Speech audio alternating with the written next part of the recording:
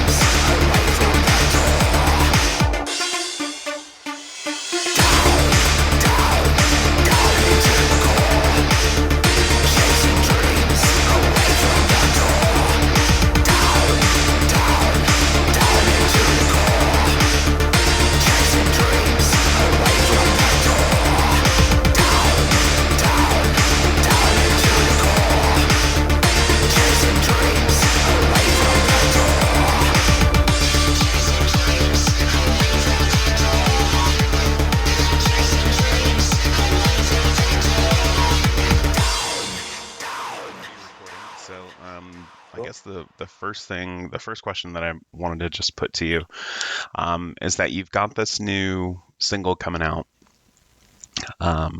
If I'm not mistaken, did it already come out? Decimate? Yeah, it came out just over a week ago, I think. Okay. Gotcha. One of the things that kind of grabbed me about it, it's a great track to start with. Cool. And I'm familiar with your back catalog of music because of my time at Regen. Yeah, okay, cool. Yeah.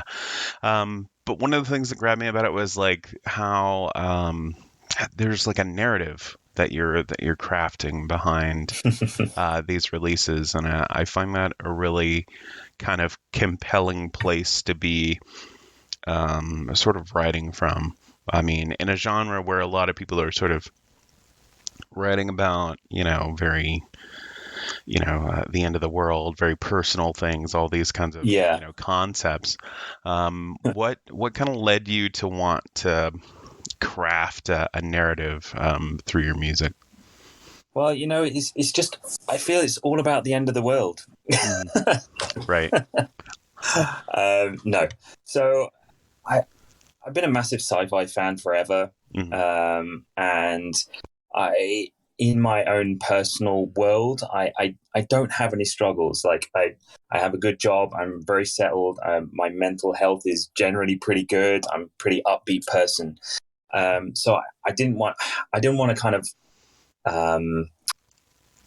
sell myself as someone that's got massive issues. So I wanted to create a kind of narrative that had that embedded in it. But it was also something futuristic. It was something I could, a story I could tell, like from the very beginning, and kind of just kind of work on different facets of that story. Sure. And it began back with when I first released the first EP back in 2017, I think it was, Chaos Rising. And the idea it was kind of that the kind of world that Terminator created, the man versus machine. I was a massive fan of Fear Factory growing up, and their kind of their concept of man versus machine. So I kind of wanted it wasn't based on that, but I wanted it to be a.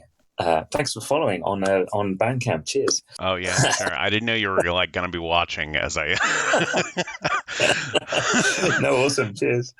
So it began with Chaos Rising, and then so the story of man versus machine. But my own little stories on the way, and I kind of hadn't really kind of pinpointed exactly what I wanted to do with that record. I always felt that I wanted to write a trilogy. So I wrote a trilogy of EPs, and that was the Chaos Rising trilogy, Chaos Rising 1, 2, and 3. And that was all produced, mixed, and mastered by myself. I just kind of wanted to give my own take on it, give my whole heart and soul into everything that I was doing with it. So I recorded all the synths, I recorded all the guitars, I did the vocals, and I mixed it and then mastered it all myself. It's a consuming process, and I'm sure you've talked to other artists where that they talk about the process of writing. So what it was the writing, but then it was the mixing and the mastering after that. And I never professed to be a massively great producer in the way of mixing and mastering, but I did it, and I released the trilogy over about a year and a half. I think it was every 9 months. I think I released one, or 6 to 9 months. I released an EP, and that was kind of that was the kickoff, and that was the story of my own little tales of man versus machine. And the kind of the chaos that was being told. But it was also kind of going along with the kind of the world at the time. We had Donald Trump going into become president. We had Brexit going on in the UK. There was a lot of shit going on in the world. And it was kind of that chaos that was building and building and building. And then finally I kicked off on November 2019 with my first full album, I suppose, Terror 3808.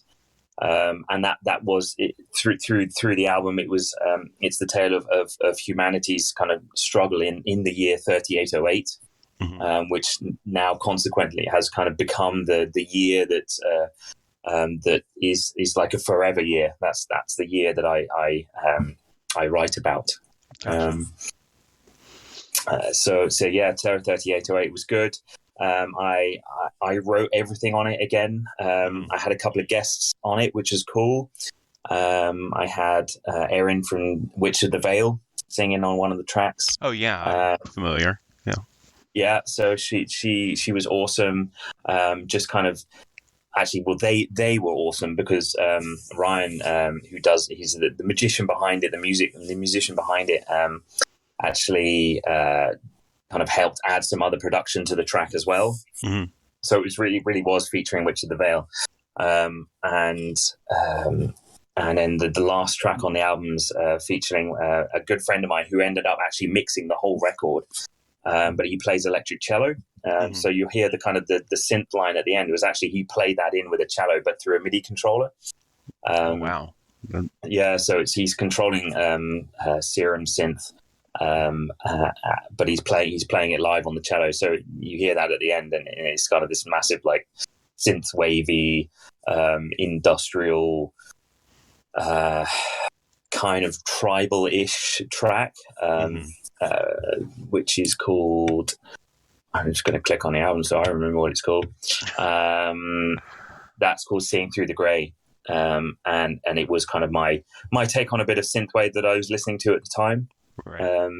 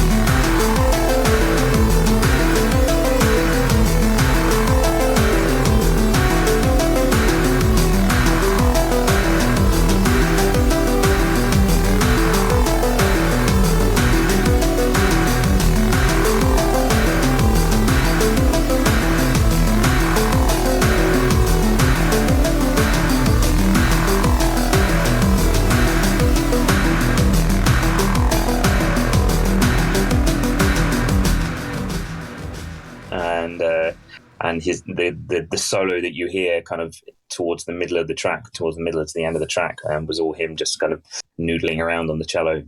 So it's pretty cool.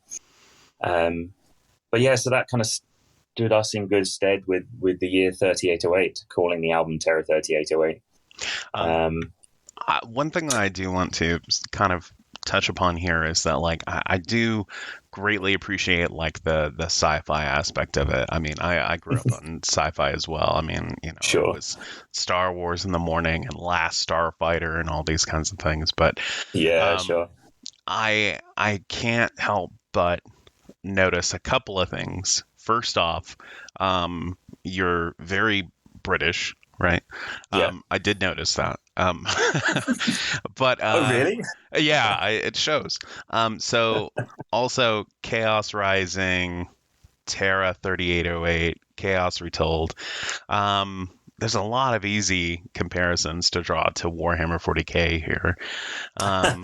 So is that something that you're familiar with? Does that influence you at all, or am I misreading? I'll be totally honest with you. Sure. When I created Chaos Rising, it had nothing to do with Warhammer. Okay. I when I was about 12 years old, I got into Warhammer only in the fact that all the other kids were into it and they were painting the models, you know, when they were lead models. Were they lead back in the day? I think so. Yeah. Yeah, and you know, I was like in awe of them, and they obviously, you know, their parents had given them the pocket money to be able to buy the sets and whatever. And anyway, I just sponged off them and nicked a few arms and legs and guns here and there and everywhere, and kind of got into it that way, but not in a kind of way of gaming. But the Chaos Rising, it was not in the back of my mind at all, Warhammer. Gotcha. And then you know, consequently Googling Chaos Rising, and it's like Warhammer Chaos Rising. I was like, oh, what have I done here? But you know, it was what it was. And Terra was certainly not a thought about Warhammer at all. I mean, I don't know enough about that lore. Although that world is awesome. Like I love that kind of futuristic. Right. Soldier kind of future soldier Sure. type world, but Terra was I just wanted to say it's Earth, but in Right. the year 3808. Right. But kind of where I'm going with the timeline, although it's still 3808 with the kind of the multiverse or whatever you want to call it, but the kind of whether we're in the same timeline as we are here, I don't know. Right. It hasn't kind of shown itself to me yet, I suppose. Right. But the idea of Terror is not necessarily Earth, so it's Gotcha. not necessarily our future. It could be a different timeline to what we're living here. But yeah, so that's kind of where Terror came from. But yeah, I definitely get that Warhammer reference. And I mean, for all we know, I mean, the next album by you might come out and you reveal that you're actually the Emperor of Mankind. For all we know, I mean, anything could happen. But yeah, I mean, that's kind of the thing I like about Warhammer as well, is that it's like, it's so big and so vast that, like, literally almost every other piece of sci-fi out there can fit into it somewhere. Yeah, sure. So, yeah, I get that. But I mean, still, despite the there being no Warhammer 40K connection other than, you know, sort of tenuously, I mean, I don't think it's a bad thing by any means if somebody's searching for Chaos Rising or Terra or anything and they stumble upon your music. It seems like a pretty natural soundtrack to what they would be doing anyway. So that makes a lot of sense. And then for Terra 38, or not for Terra 3808, you've got a new record that you're working on, right? That's forthcoming. Yeah, that's right. Gotcha. Are you collaborating with people again on this one, or is this one just going to be at the helm again? No, this is me at the helm. There's no featuring artists on this one. It's 9 tracks that I've been working on basically during the pandemic, I suppose. And I have plenty more to come. So it's like I didn't want to just release a huge long album that no one would listen to the entirety of it. I really liked the idea of the Chaos Rising when it was 5-track EPs. And I kind of at the time was, okay, I'm not going to do a single, but I'm just going to release 5 tracks at a time. As it turned out, each one of those records had, I think, 3 or 4 bonus tracks on it of other stuff that I was kind of working on at the time, or stuff that had just gone before, or was something that I've released, because I did release an album. Kind of, it was my first kind of, I'm going to get a load of music off my chest that I've written over, I don't know, 10 years or so.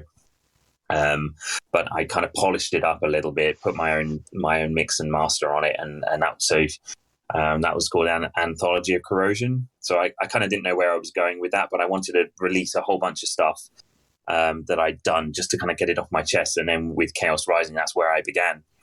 Right. So some of the tracks on the bonus tracks on Chaos Rising was kind of retakes, remakes, remixes of An Anthology of Corrosion tracks, and plus the Judge and Punish EP as well. Gotcha. Where was I going with this? What am I doing right now? So the new album's called Below the Terror. In the same world. Gotcha. Kind of drawing the concept of humanity, basically kind of digging underground to get away from the machines, who are kind of dominating, decimating the surface, and so the surface is basically an icy wasteland. We haven't quite discovered why yet. Again, like I said before, some of these ideas haven't come to me yet, but maybe in my head they're there, but they'll come out over the next couple of records, I think. Gotcha. But yeah, Below the Terror is 9 tracks, 2 of which have come out already, being hang on a second. Yeah, being To the Core, which came out in November, I think it was, middle of November, and Decimate, which came out last week. Both have videos to them, which I did myself. Just kind of put some layers of videography together in a very, very budget way. But I think they came off quite well. And it's nice to have something for people to look at on YouTube as well. So yeah.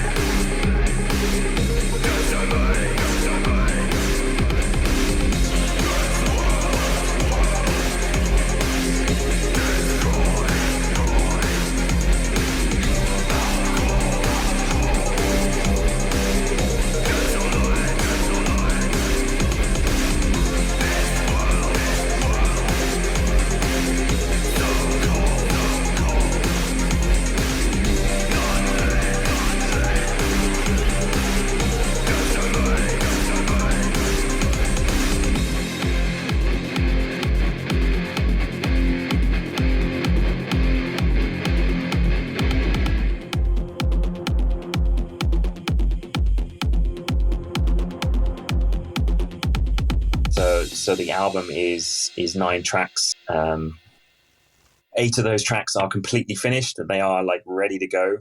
I am literally waiting for one more to come back from mixing, and then I'll send it to mastering, and hopefully it could even be done in the next couple of days. So that's kind of where we are with the new album, really. Okay.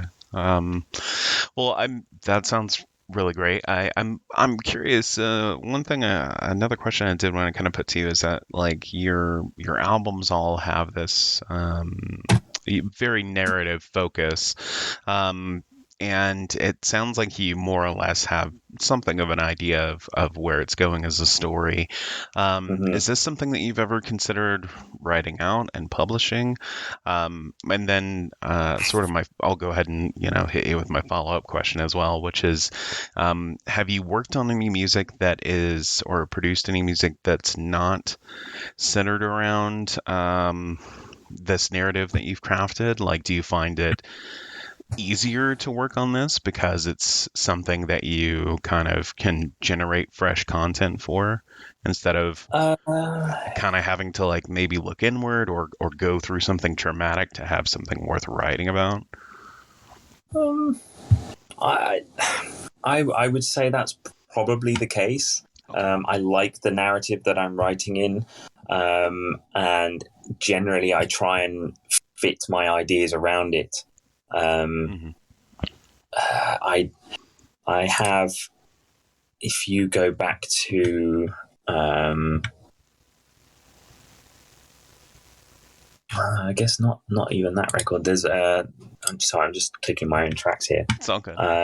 If you go back to Chaos Rising 2, there's a track called Harmed on it, which it's not in the narrative. It's a kind of, and I would not say it's the greatest produced track in the world, but it was my take. I was listening to a lot of kind of like more techno EBM, like industrial EBM kind of stuff, right? Industrial techno, and it kind of came out of that idea. I was like literally listening to something. I was like, "Fuck yeah, that's really cool." I'm gonna kind of write something like that, and it was just a track that came out of the feel that I got from that style of music. Rather than wanting to write something along the narrative, so which is hence why it became a bonus track. And then I think on Chaos Rising 3, I think there's Harm 2. Yeah, so it's kind of like there's the second part of the track is that kind of it's that timeline, it's that style of music. I haven't sure. It's instrumental. It's just kind of a bit more techno-y, I suppose. Gotcha. Okay. And is this something that you've considered writing out or trying to publish or do anything with, or are you just going to stick with telling this story through music for now? For now, there's certainly the idea that it's just the music. Okay. If you were to look closely within the release narratives, it does begin to tell a story. So whether the music actually tells a story or the lyrics, the lyrics are there, but they're minimal. I'm not greatly creative in the kind of the poetry of it, the words of it. I know it's in my mind, and the music created kind of is part of the music is part of it rather than just the lyrics. But if you look at the narrative for the releases, it kind of gives a little bit more of a kind of backstory to the track. So it's almost like the release is not just the music, it's not just the lyrics, it's the actual full release itself. And if you read the kind of the release notes on it, then it gives some extra idea about what's going on, I suppose. Gotcha. If that's any help. yeah, absolutely. And it's very, I think what you're doing is very fascinating. I don't know of a lot of other artists working in this particular music genre that's doing anything quite so similar. But have you ever, sort of just as an aside, because I don't know if you've ever listened to Void Signal or not. It's perfectly okay if you haven't. I'm not I'm not easily offended. Yeah, no, sure. But it's just meant to be like a casual conversation. But one thing that have you ever heard of the Cryo Chamber record label? No, I haven't. Okay. So if you look them up on Bandcamp, like their label, I mean, whoever is doing their cover art over there is like next level good. Okay. But it's a lot of artists that are producing ambient work, but almost every single one of the records that comes off of the label, like a lot of them just have like these stories to them that'll be tied to Lovecraftian sort of things, or it's and Dahlia's Tears on there. They're a great band. That's one I'd recommend. But a lot of them are centered around having stories of some kind, and they're told mostly via like liner notes or album creative stuff or the artwork or what have you. But that's like the only thing I can really think of that's sort of any kind of a comparison to what you're doing. Do you find it more do you find that that's like a barrier at all? Like, have you had any trouble with like finding acceptance in sort of in the scene because you're writing about something that's a bit different than what other people are writing about? I wouldn't say that's true. No. Okay. I think people generally like the music, whatever the music is. If they want to look deeper into it, it's there for them. Sure. But people like, they like stompy drums, they like guitar riffs, and they like, good sounding synths, and they like some gritty vocals, and people like what they like when it comes to the music. And I think that's what I try and get out there. So it's not you don't have to know what the lore behind it is, but you just you can enjoy the music track by track. Gotcha. Okay. All right. Excuse me. Sorry, I had to cough, so I had to mute myself for a second. Sorry. Well, the new single's really great. I've been enjoying that since you sent it over, and of course, I have seen that you've gotten some, done some remix work with, some terrific artists. Jamie from ESA. That guy's all right. he's he is a machine. He absolutely is. I don't know how he does it, but Moan Exis, Witch of the Veil. Are there any remixes planned for this new record that you can sort of tease us with, or So I'm not gonna tease anything. Okay. But there is remix plans that the cogs have begun turning on. Gotcha. So Below the Terror is part one of potentially a trilogy. Okay. Whether I decide that I want select tracks from those records to then go towards remix, or whether I release things ongoing, I haven't quite decided yet. But sure. I certainly have some exciting ideas, let's say, of what I would like, how I would like to proceed in the kind of remix department. Because I think for our scene, I think remixes are a great way of artists to collaborate in their own styles and kind of give a new take on something, or if I particularly liking a particular style of music or a particular band, reach out to them. Okay, I love that guy. He's making awesome sounds. Can you make my track sound a bit like that? And let's go forward with that. And I would say it from our scene probably that it is a very much a remix scene as well.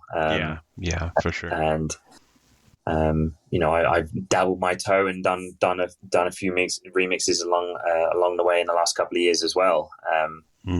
Putting my own stamp on stuff, which has been quite enjoyable. That break from my own stuff and not having to think about narrative, just go out there and drop some beats and synths on someone else's vocals and that kind of thing. So right. Do you find that a little bit more liberating, just because then you're not really worrying about I don't know. Is there less pressure? Vocals is what you're saying. Yeah, I guess so. Do I yeah. work? Yeah. Yes, it's very freeing, very liberating. I can take someone's track and the vocals are already there. For me, I almost get anxiety about writing vocals. They are the last thing that I do, and I'm like, okay, I'm going to the studio and I'm going to record the vocals, and I come away with half the vocals done, and I'm like, okay, that was a good session, but I don't like doing it. I don't like writing them. Yeah. I like writing music. I've been a musician for 34 years, so music is in my blood, but poetry really isn't. Yeah. That's kind of the running theme that I've run into quite often. I'm sure it with is. So many artists is just that they're like, yeah, I love making the music, but I hate my own fucking voice, kind of a thing. Which I totally get. I mean, so I started a podcast, and I'd start to do editing, and I'm like, this my own voice. Oh, I'm gonna vomit. Like, it's terrible. Yeah, exactly. I'll be doing exactly the same. I probably won't listen to the actual recording of this, but I'll share it out everywhere. Yeah, right. I mean, that's kind of how it is for me. I'm like, hey, go listen to this, but I don't want anybody to listen to it when I'm around. Yeah, exactly. Cringe. Yeah, exactly. But it's funny that like the vocals are just something that like are so personal, and you can't really do much about what it sounds like, because I mean, that's your fucking voice. I mean, what do you you can't do too much. It's just funny that that's like a universal kind of thing throughout the scene. I mean, I guess that's good. Anybody who's like in love with their own voice, I guess I don't know if I'd want to listen to that person or not. Yeah, true. I can't imagine what they're what kind of self-stroking songs they must be writing. I mean, I don't know if you've noticed a lot of what I do. Right, it's got a lot of the verses are kind of vocoded, so I'm actually completely covering my voice with the synthesizer. So I'm like, oh, I can listen to this track over and over because it's me growling and me as a vocoder. That you don't have to listen to me talk. But right. And if you ever hear me talking, it's usually like usually pitched down, and it's messed up. Yeah, exactly. I wish I could do the same thing. I wish I could just like ask questions, but like, put myself through a filter of like, oh, I'm a robot voice or something like that. Yeah. That's some pretty high concept shit. I mean, maybe that's what I should do for the next season of Void Signal is I'll just, take a page out of your book where like I pretend I'm a robot and I interview people, make something crazy out of it. But I do absolutely agree with you about remixes. I do think they're a great way to sort of put your name out there and sort of attach strings between yourself and another artist. And I mean, I've had people on my show for no other reason than the fact that I, heard them collaborate with someone on another track with another artist that I'm familiar with, and then I'm like, well, I need to see what this person does on their own. That's what led me to Caitlin Stokes because of her collaborations with Jamie. So in that respect, I do think there's a tremendous value in doing remixes. Do you have any coming up that you're working on? That you I think I've done a couple that haven't. I think I've done. I've just been like a machine doing them. I think there's a couple that haven't been released yet that I've done. And I am working on one right now for Joe Virus. Okay. Solemn Assembly. I think it's Solemn Assembly, which is cool. So, gotcha. That should be coming out at some point. Okay. Any plans for music videos to accompany this new record release?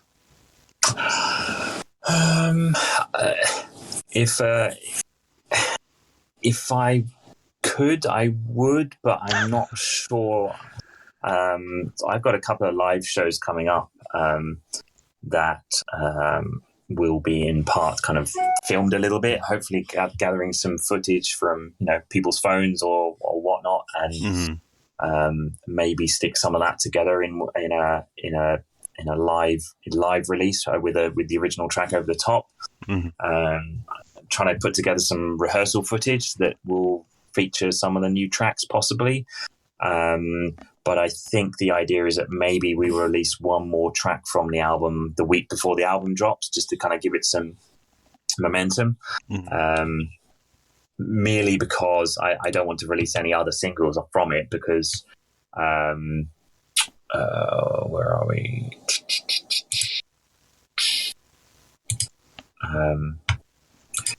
The album already contains will contain 3 release tracks already. So I don't want to give too much away before the actual album drops. It's only 9 tracks, but yeah, so yeah, it's looking good. Video wise, possibly maybe just a lyric video or something like that. So We'll see. Okay.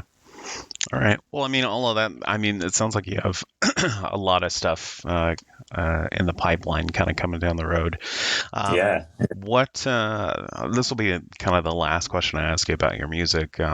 But as far as Matt Hart goes, what sort of a legacy or reputation are you hoping to sort of have out there for yourself? This is a big question. So, but I mean, what is it that you're hoping to that this becomes?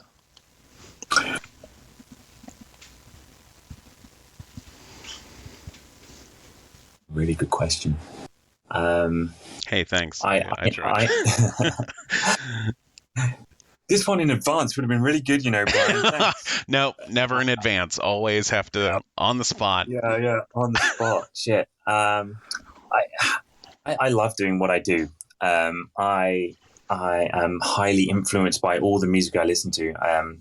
I DJ as well, and run my Twitch stream on Monday nights, Outlaw Vision, and I like to just play a lot of music. So I'm influenced and bombarded with a lot of music, whether that's like promo pools or whether that's like Bandcamp stuff that I'm listening to, or whether it's specific kinds of events that I'm playing. So a lot of that kind of crashes together in the music that I'm writing. So legacy that I'm leaving, I just I would say that I'm leaving whole heap of music that covers so many different sounds and not genres. I mean, I would call it industrial dark electro, but it voids on like raw industrial. It voids on it sounds like old industrial, some of the older stuff, and then it's like some of the middle stuff's like heavy guitar based industrial, right? And you've got much more kind of upbeat dancey stuff. So the new record's got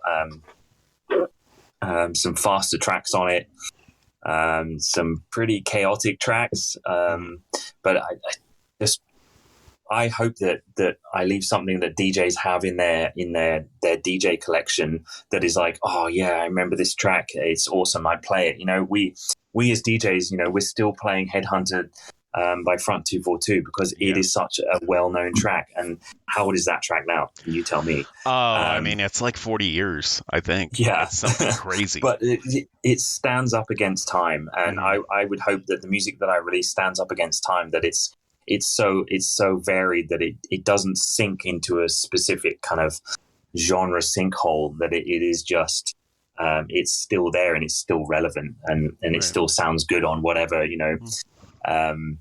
hi-fi system that we're using in 50 years time. Right. Who knows? I mean that's a good thing. Maybe we'll still be using vinyl. I mean, who knows? But I mean that's a good thing to aspire to, and I absolutely approve of turning voids into making void a verb. That sounds great. Oh, I'm just gonna void this, and then the Twitch thing is pretty interesting too. it seems like a lot of fun. I was checking it out yesterday when I had a little bit of time to look at it. And I was very inspired. I was like, man, this is something I would love to do and love to try my hand at, but I just haven't yet. I mean, there's only so many hours in the day, right? No, totally. But it seems like it's been a lot of fun. I see a lot of like you get a good chunk of views, and you know it seems like there's a lot of audience participation. How can you just talk to that a little bit? Like, what have you discovered anything about using Twitch that has sort of maybe changed your mind about it, or opened your eyes about it in any way? Changed my mind or opened my eyes. Before the pandemic began, I had no idea what Twitch was. I'm not a huge gamer. I do like my games occasionally, but Twitch was always a gaming platform with people streaming themselves playing games. Right. And that's not to say that there weren't DJs already out there. But when the pandemic kicked off, I began, by word of mouth or word of social media. People began to kind of start streaming DJ sets, club sets. There were clubs that were shut down that were then streaming sets. My good buddies at Slimelight in London, they started streaming online because no one could go out, no one could party, but this online party began to happen, and people dancing in their living rooms. And I think it was towards the end of April, beginning of May, I was like, okay, I'm gonna show my hand at that, and I could DJ, and okay, I've got to figure this out. Spent so many hours trying to figure it out, how to work it, and kind of got it going. Running it from a Mac that doesn't have a great graphic processor capacity, ended up not being my best course of action, but I managed to limp through for a year using my Mac. And eventually I ended up getting a kind of a bit more high-tech Windows laptop. And I was like, I'm never going to buy a Windows laptop. I'm never going to use Windows. I use it at work all the time. But so I ended up getting that, and I was like, wow, this is just blowing my mind how good this is compared to my Mac, which is a shame because Macs are awesome for writing music on. Right. So it just give me like I picked a Monday night. No one else at the time of people that I was following was really streaming on a Monday night. I'll pick a Monday night. I'm not conflicting with anyone else that I was already hanging out with in other streams. And I thought, okay, I'm just going to do 2 hours, just enjoy it. And my wife and I, she kind of like helped push out on the social media side of it. And we both, like, I worked on the stream, and then I was like back into DJing again. It was crazy, like buying new music regularly and downloading stuff and getting whatever I could to kind of keep that. My idea of DJing has always been to try and keep things as new as possible, new releases, new music, because there's so many artists out there that I love now, and just probably don't get enough plays. And so I was pushing that, and eventually, like, the people just started showing up, and I was like, this is crazy. I've got, like, at the height of it, I would stream regularly and have 100 people for 2 hours on a Monday night coming along. And the chat down the side of the stream was going nuts, and good engagement from my. Eventually, I've got 4 moderators on there, which is awesome. Right. And it was just a venting platform. As you probably can hear, I like to talk when I have something to talk about. And I was on the mic and I was talking to the chat. And playing the music that I loved and just getting new music out there. I type it in, which is a bit archaic, but I have track ID at the bottom. So whenever I'm playing something, someone can look at that track and go, love this track. And then they search it on Bandcamp or Spotify or whatever. So it was just a good concept, and incorporating my world that I created and the music that I was creating, also being able to play that stuff live, or sorry, play my own music in the stream, which is great because I was getting my own music out to people with not being able to do live shows in that. Right. And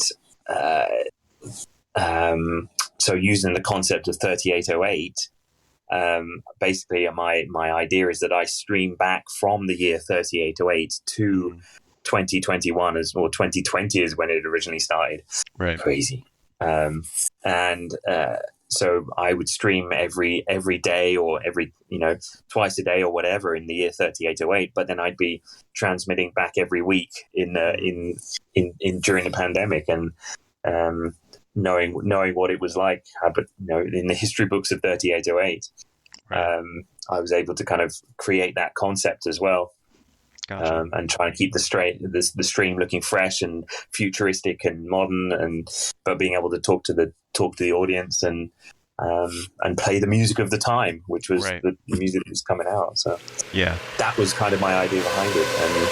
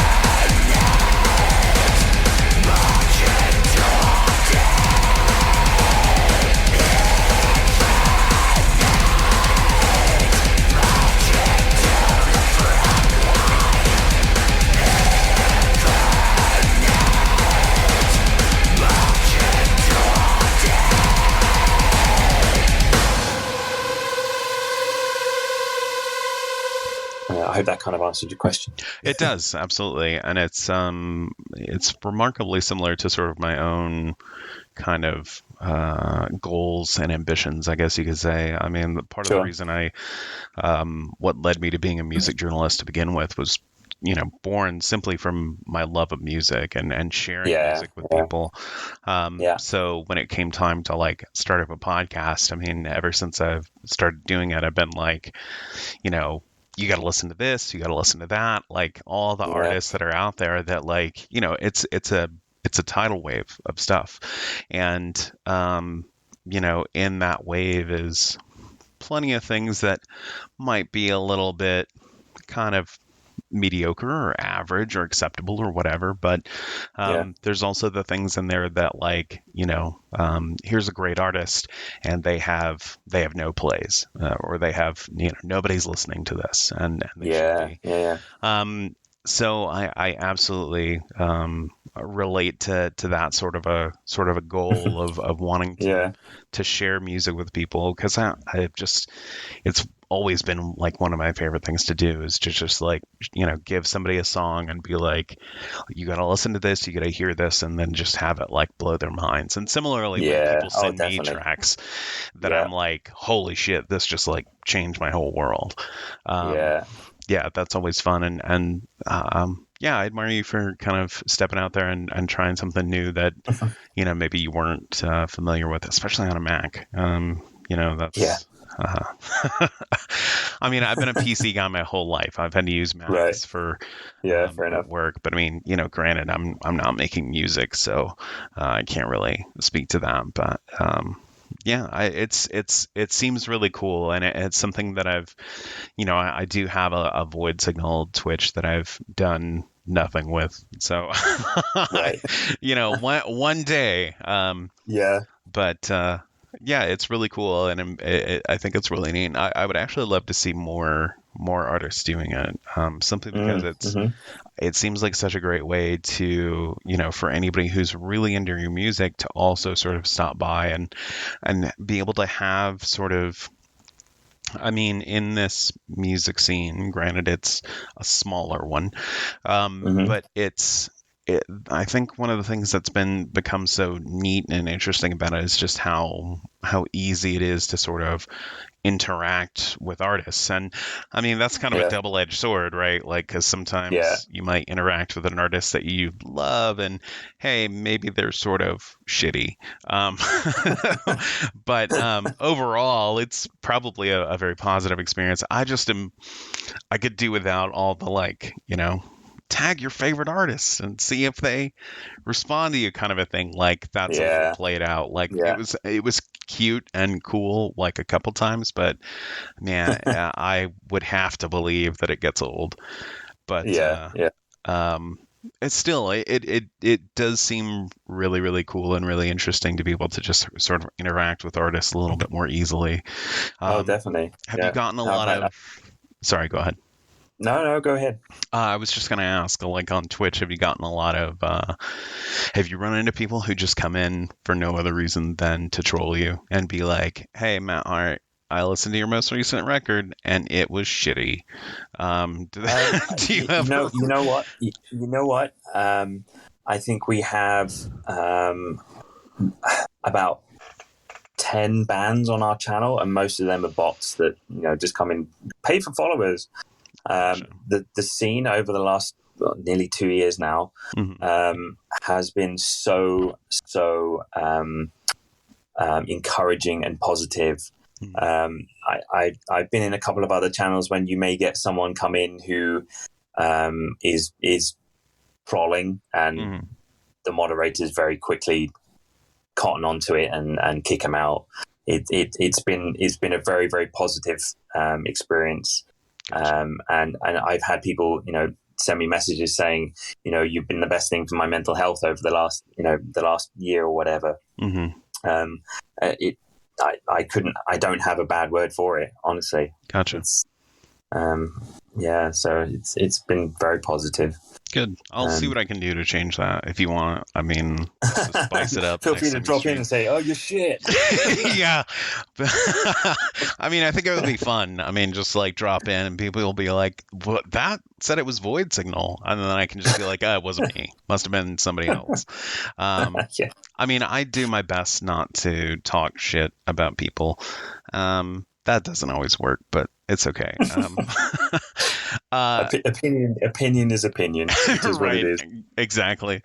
Well, I really love the streaming, and I think it's such a neat component to what you're doing. And man, the sort of narrative thread through your music is really interesting and really compelling, especially, as somebody who also loves sci-fi. I'm kind of a big Warhammer 40K nerd.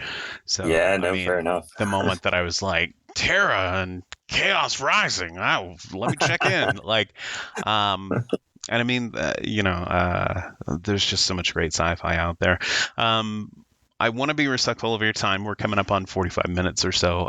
The last question that I do want to ask, which is what I always ask all of my guests at the end, which is, what are you enjoying right now? And your answer can be anything from, I just watched this movie and it really stuck with me, or I finished a TV show, or read a book, played a game, whatever. Just what's something that sticks out to you recently as being something that really made you feel like life was worth living?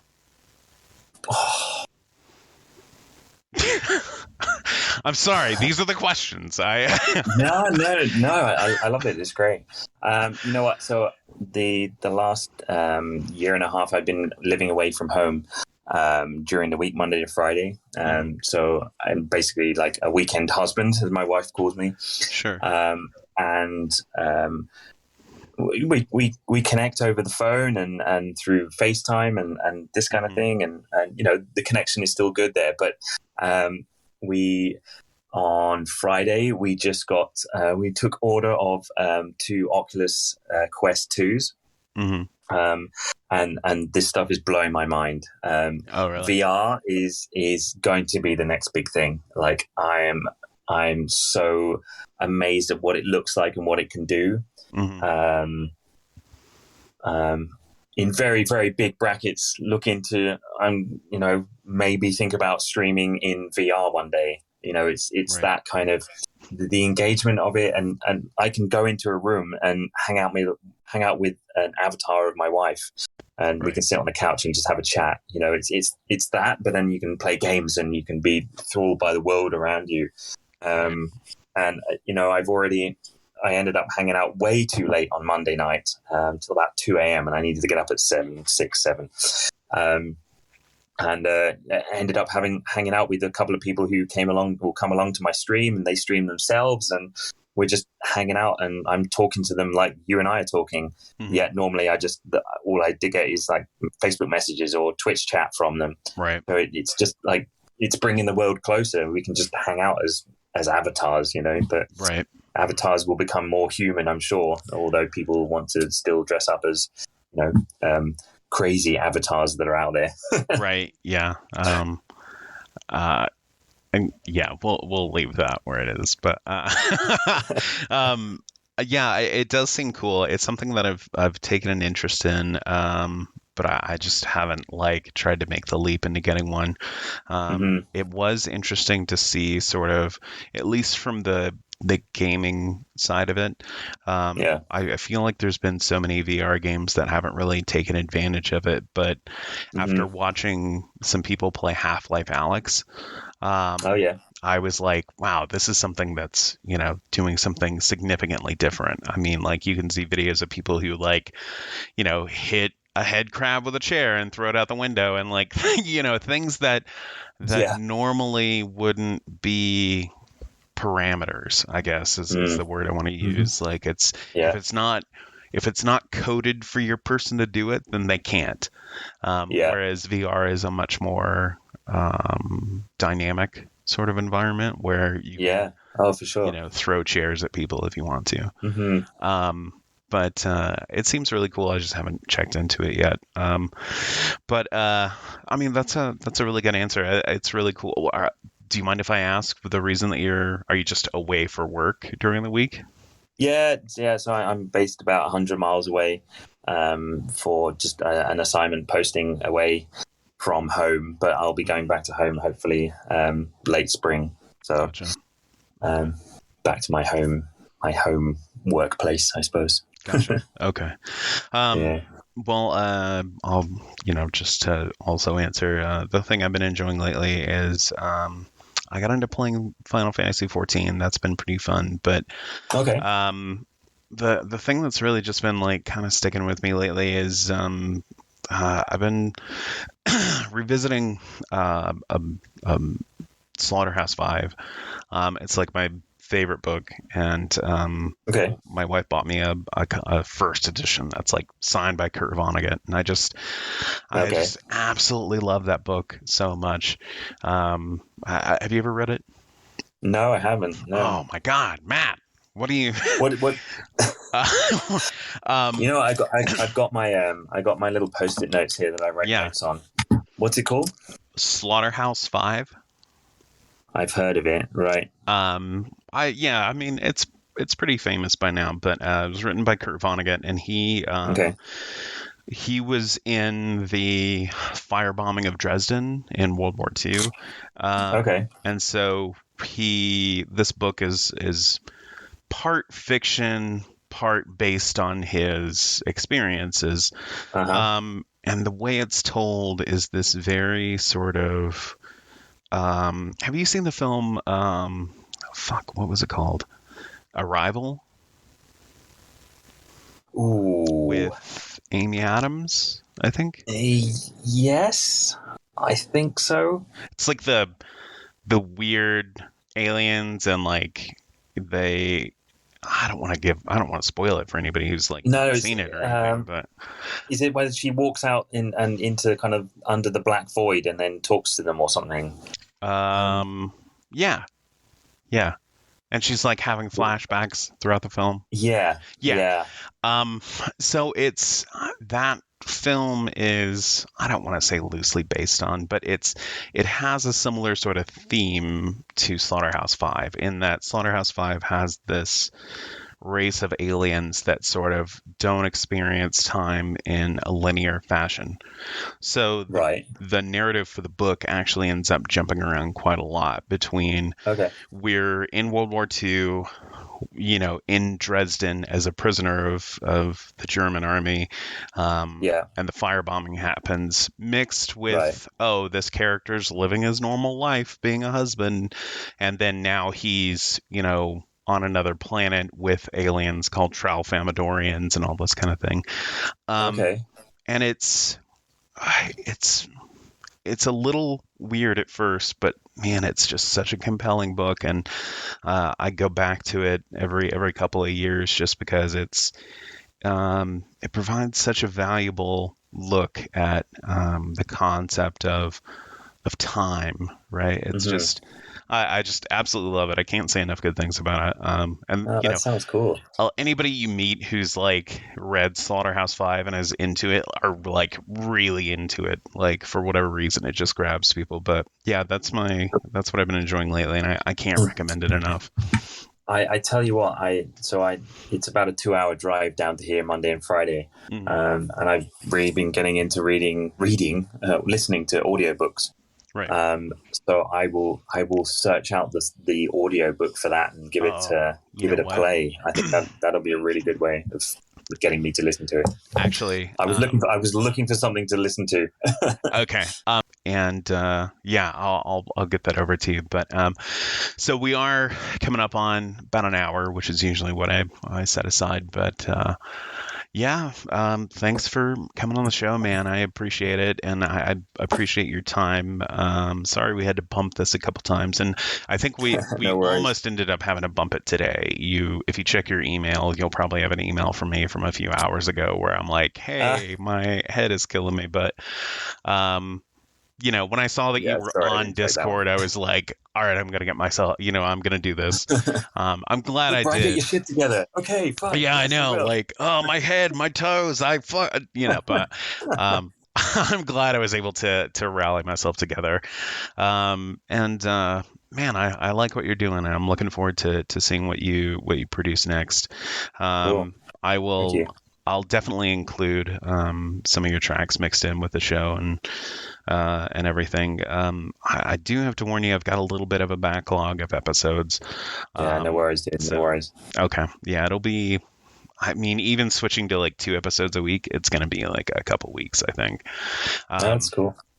But yeah, thanks, man, for coming on the show, and I appreciate your time, and I wish you the best of luck with everything that you're doing. And, I'll stop into the Twitch stream sometime and talk some trash, and Yeah, do it. I do my best to try and keep people humble. I gotta, just every now and again be like, hey, you know what? It could be a little bit better, or whatever they're but all right, well, thanks so much for your time, and enjoy the rest. Oh, no, thank you, Brian. And I'll get that link over to you. Yeah, cheers very much for the stream and for having me on the show. It's been good.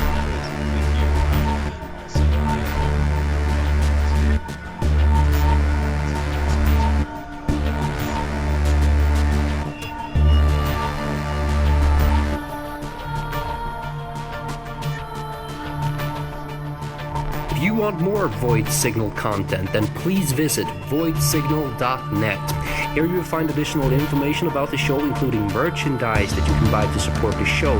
Because my boy Brian here, he has got to pay the rent. voidsignal.net.